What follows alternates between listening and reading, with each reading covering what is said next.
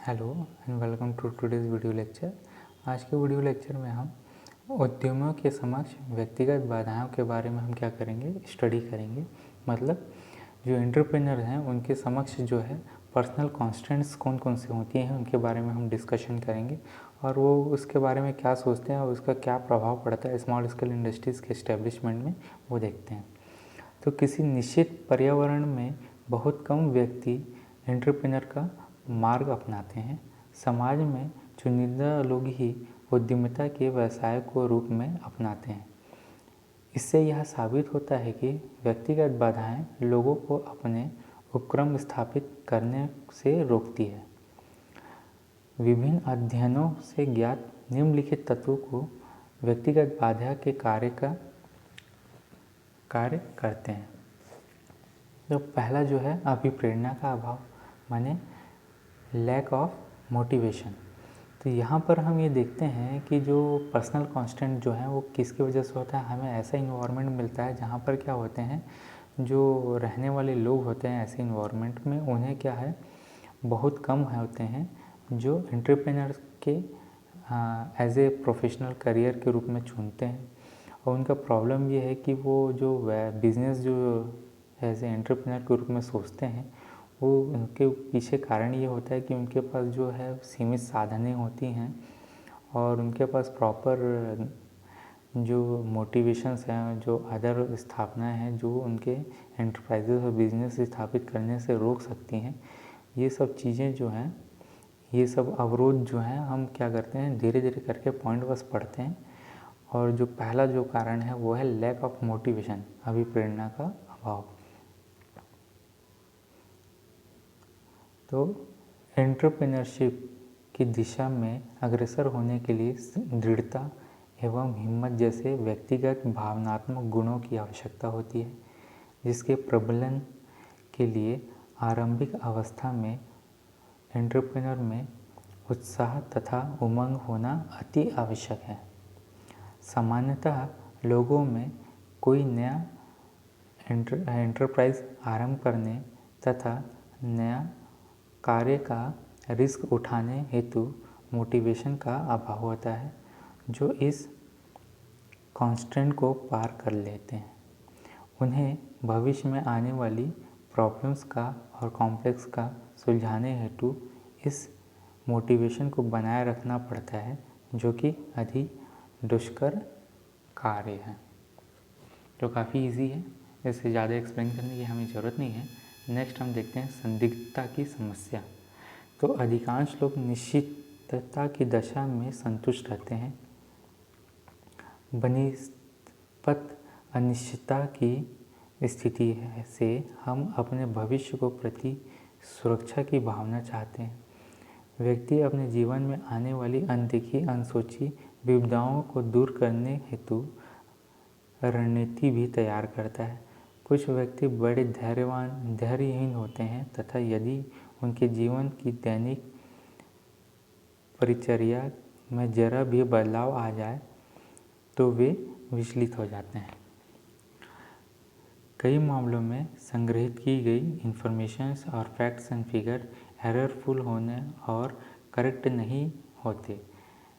ऐसे मामलों में निर्णय धारणाओं तथा मूल्यों के आधार पर लिए जाते हैं। वे व्यक्ति जो भविष्य के प्रति संदिग्ध रहते हैं, उनके लिए ऐसा करना कठिन होता है। तो कई ऐसे पर्सन्स होते हैं जिनके लिए क्या है पेशेंस काफ़ी नहीं होता और वो काफ़ी जल्दी एग्रेसिव हो जाते हैं या फिर वो गलत डिसीजन ले पाते हैं। तो या ऐसा डिसीजन ले पाते हैं कि वो कुछ अलग कर सकते हैं या किसी एंटरप्राइजेस को इस्टेब्लिश कर सकते हैं। तो वो क्या करते हैं, जो भविष्य में होने वाली जो अनएक्सपेक्टेड जो प्रॉब्लम्स हैं और उनको क्या करते हैं पहले से ही सोचकर वो क्या कर जाते हैं, अपना मन बैठा लेते हैं और वो उस कार्य को करने के लिए पीछे हटते चले जाते हैं। और वो क्या करते हैं, ऐसे काम में जुड़ते हैं जहाँ उनकी सुनिश्चितता बनी रहे, भले वो कम ही क्यों ना हो। और कुछ व्यक्ति ऐसे होते हैं जो बिल्कुल ही उनके अंदर पेशेंस नहीं होते, तो वो क्या करते हैं और कई बार ऐसा होता है कि वो अपने लाइफ स्टाइल को या फिर उनके जो डेली रूटीन है उनमें किसी भी प्रकार का कोई बदलाव नहीं चाहते हैं, तो वैसे लोग भी क्या करते हैं, इस टाइप के एंटरप्रेन्योरशिप में वो अपना हाथ नहीं डालते, क्योंकि उनके पास पेशेंस ही नहीं है। क्योंकि ये जो बिज़नेस एंटरप्रेन्योरशिप है वो क्या है, बिज़नेस वाली पेशेंस की बात है। यहाँ पर हम जितना पेशेंस दिखाएंगे हम उतने ही ज़्यादा ग्रो करेंगे, लेकिन अगर जो पेशेंस ही नहीं है तो आप कैसे इसको सरवाइव कर पाएंगे।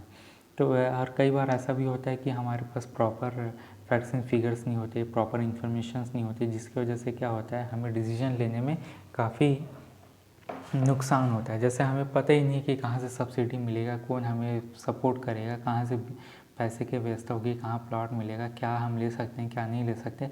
अगर इसके बारे में भी अगर हमें पता नहीं होगा तो इस केस में क्या होता है, हम अपना पेशेंस खो देते हैं और हम ऐसे काम करने के लिए असमर्थ पाए जाते हैं।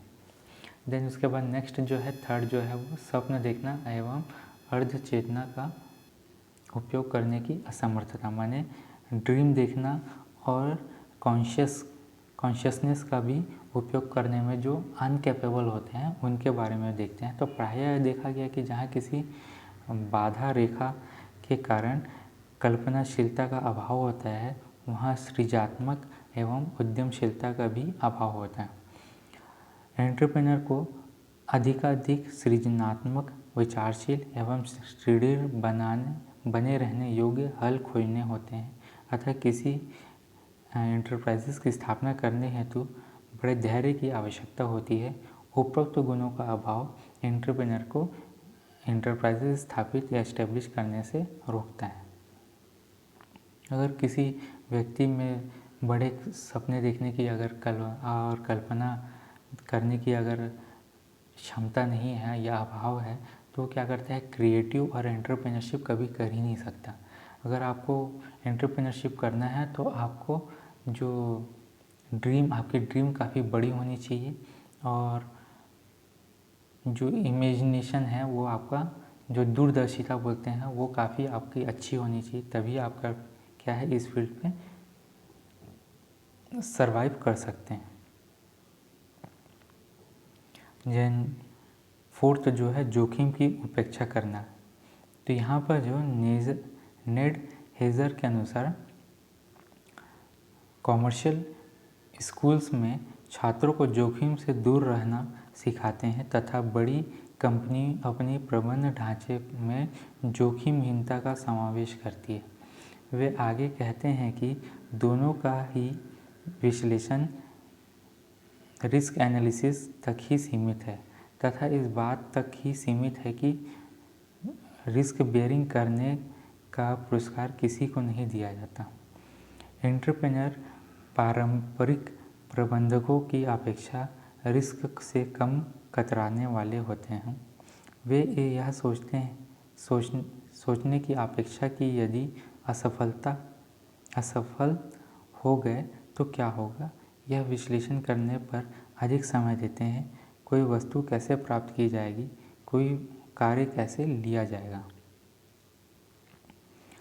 उसके बाद जो है तो इसमें हम देखते हैं तो क्या है, हम ज़्यादातर नेड हेजर के अनुसार ये बताया जाता है कि आजकल के स्कूलों में जो है वो क्या है, हमें यही सिखाया जाता है कि हमें हमेशा रिस्क से दूर रहना है, हमें ऐसे कोई भी काम नहीं करना है जिसमें रिस्क हो। और हम ऐसे कंपनीज़ और ऐसे वहीं पर जब हम बड़ी कंपनीज़ को हम देखते हैं या मैनेजमेंट को देखते हैं तो क्या करते हैं, वो रिस्क से भरे हुए रहते हैं, रिस्क में बड़े बड़े रिस्क लेते हैं और उसके अकॉर्डिंग वो क्या करते हैं, काम करते हैं। तो ये दोनों ऑपोजिट चला जाता है। तो दोनों के विश्लेषण जो है वो रिस्क से रिलेटेड एनालिसिस करते हैं, लेकिन अगर रिस्क ये कभी नहीं पढ़ाया जाता स्कूलों में कि अगर रिस्क लेंगे तो आपको प्रॉफिट भी मिलेगा या फिर आपको अवार्ड भी मिलेगा। तो ये चीज़ें जो हैं स्कूल में कभी भी बच्चों को या फिर उनको नहीं सिखाया जाता, जो कि आजकल बड़ी कंपनियों में और मैनेजमेंट जो स्ट्रक्चर होती हैं वो ये बताती हैं कि रिस्क लेने से क्या आप कर सकते हैं न्यू इनोवेटिव वे में। लेकिन जो ट्रेडिशनल वे है मैनेजमेंट का वो यही बताता है कि आपको रिस्क नहीं लेना है। स्कूल के प्रबंधन भी है वो भी यही बताता है कि आपको रिस्क लेना है। तो इसमें क्या होता है, आप हमेशा फेलियर होने से बचते रहते हैं और ऐसा एनालिसिस करते रहते हैं और मैक्सिमम टाइम आप यहीं पे दे देते हैं कि आप कैसे क्या प्रोडक्ट बनाएंगे, कैसे कार्य करेंगे, कहाँ बेचेंगे, यही आप सोचते आप क्या करते हैं मैक्सिमम टाइम स्पेंड कर जाते हैं और यही आपका एक सबसे बड़ा पर्सनल कांस्टेंट साबित होता है। देन उसके बाद है उद्यमियों के लिए जोखिम केवल जोखिम पुरस्कार समीकरण का एक तत्व है। जोखिम ट्रैफिक की एक पीली चमकती हुई बत्ती है जिसे देखकर आप बढ़ने को तैयार हो जाते हैं। अन्य व्यक्ति व पारंपरिक प्रबंधकों के लिए जोखिम ट्रैफिक की लाल बत्ती है जो आगे बढ़ने से रोकती है।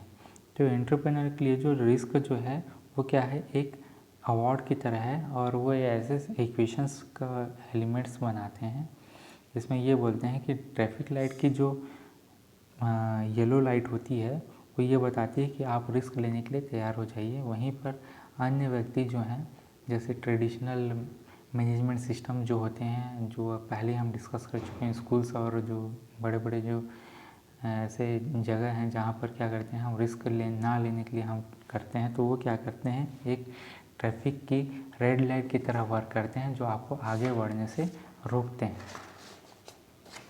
इस कारण जोखिम वहन करने की क्षमता का अभाव लघु उद्योगों के विकास हेतु एक समस्या है। एंड फिफ्थ जो है स्पष्ट धारणा का अभाव, माने सफल उद्यमी वह होता है जो अवसर की सरलता को से पहचान कर लेता है तथा व्यावसायिक लाभ हेतु उसका दोहन कर लेता है। अधिकांश व्यक्ति इस बात से सहमत हैं कि उनका समक्ष अनेक अवसर आए जिन्हें वे अस्पष्ट धारण के कारण पहचान न सके। वे उन्हें तभी पहचान पाए जब अन्य व्यक्तियों द्वारा उनके दोहन कर लिया गया तथा तभी उन्हें अपनी अस्पष्ट धारणा का बोध हुआ। तो यहाँ पर जो है उनका जो विज़न जो है काफ़ी क्लियर नहीं होता है जो एंटरप्रेन्योर जो होते हैं, जिसकी वजह से क्या होता है वो हरासमेंट और का फेस करना पड़ता है और वो हमेशा जो है अगर प्रॉफिट के बारे में सोचते रहते हैं। तो हमें यहाँ पे क्या है अपना विज़न क्लियर रखना है और हमें अपने काम के प्रति अपनी जो फोकस है और अपना जो नॉलेज है उसे हम क्लियर रखते हुए अगर हम काम करेंगे तो हमें सफलता मिलेगी। लेकिन अगर हम क्लियर ही नहीं है, अपने विजन्स के बारे में पता ही नहीं कि हम टारगेट क्या सेट करें, हम कैसे काम करेंगे, तो वैसे में जो काम करना है वो काफ़ी मुश्किल होता चला जाता है। तो और यही जो है फिफ्थ जो है पर्सनल कांस्टेंट है किसी भी एंटरप्रेन्योर के लिए। तो आज के वीडियो लेक्चर में इतना ही। Thank you.